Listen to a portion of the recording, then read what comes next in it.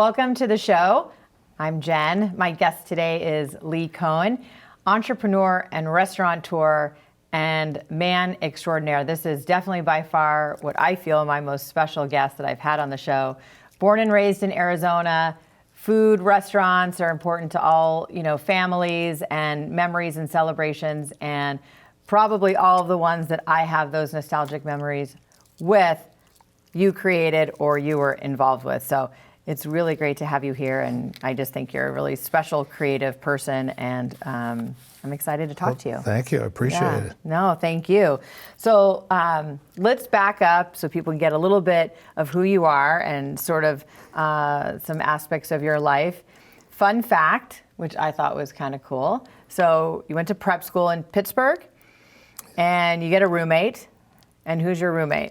So my roommate was Jack Hanna, the famous animal guy, as you know. He was from Knoxville, Tennessee, and I was from Chicago.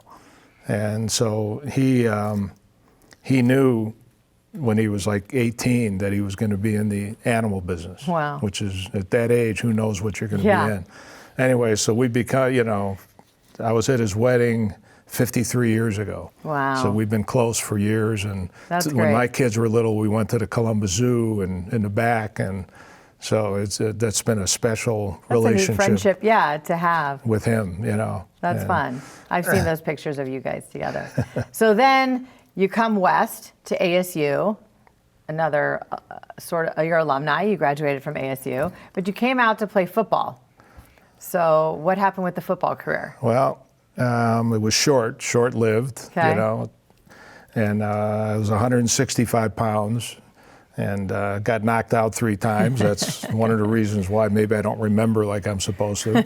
Back then, there were no concussion protocols. Oh, yeah. Next day, I was out there with more padding in my helmet. Yeah. But I still thought I was pretty good, not good enough for ASU, so I transferred to a school in the Midwest called Knox College.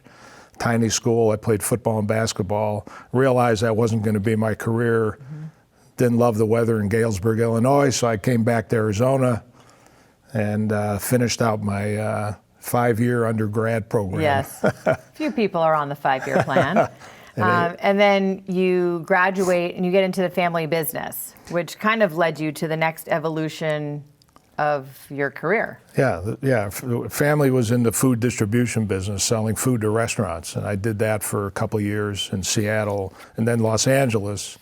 In the early 70s, there were all the creative new restaurant things were happening there, chefs and concepts, and I became more interested in that side of it than the distribution side. And I just decided, plus I didn't, growing up in Chicago, you basically went into the family business. That's what you did. Yeah. And I had that entrepreneurial spirit. I didn't want to do that, be involved in a big company. I just wanted to do my own thing. So I decided I'm going to go into the restaurant business. And so you come back to Arizona. Came back to Arizona, found this little place in Tempe that was owned by Ramadian called Shea Bone. And I was having coffee with an old buddy of mine from ASU. And I had looked at a lot of restaurants to buy, and lawyers kept telling me the deal wasn't good. And finally, I just kind of told myself, the next thing I look at, I'm buying. And so I asked the owner, I said, are you interested in selling? He said, yeah, I put it on the market today. Wow. Okay, how much do you want? $75,000? I said, okay. I bought it, never looked at the lease. I just bought the restaurant. And I knew that I was going to do deep dish pizza, bring deep dish pizza to Arizona. And so that's kind of how we started. I did it, and we did the whole restaurant with antiques, and we took the old stadium wood from the and old this is football. Lunt Avenue Marble Club. Yeah, and this is what became Lunt Avenue Marble Club. And so we brought deep dish pizza to Arizona, and then you expanded the restaurant, and then, another location. And then what happened is, next door there was a Mexican restaurant, and the owner came and said, you're taking up all my parking. And I said, I'm sorry. He laughed. He said, look, it doesn't matter. I don't do any business anyways, but ever since you guys started doing a lot of business, everybody wants to buy my business. So I went to my partners. I said, we should buy it because maybe someone will compete with us. Right. I was 26. I didn't know what I was doing. anyways, so we did. We took it over, and I had to come up with another concept. So we created Willie and Guillermo's, good food from bad guys. I love it. I remember that. And that kind of got us into the concept development business, which is what I love. That my passion was creating restaurants that, trying to do restaurants that were, we were kind of the first. Yeah, a little unique and different. Yeah, and so that's how we started doing it, and all the restaurants we did here in Phoenix, almost all of them were restaurants that had failed previously, and landlords knew that when we looked at a deal, we signed a deal,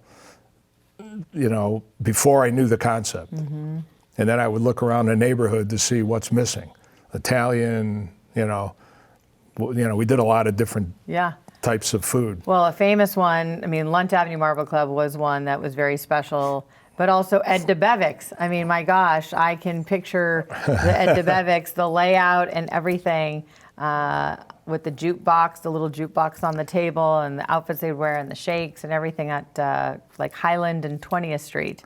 Was that the first one? Yeah, Ed Debevics was by far the most fun I've ever had doing a restaurant, because we did it with Rich Melman, Let Us Entertain You. We partnered, the two of us, traveled around the country, went to every greasy spoon in America.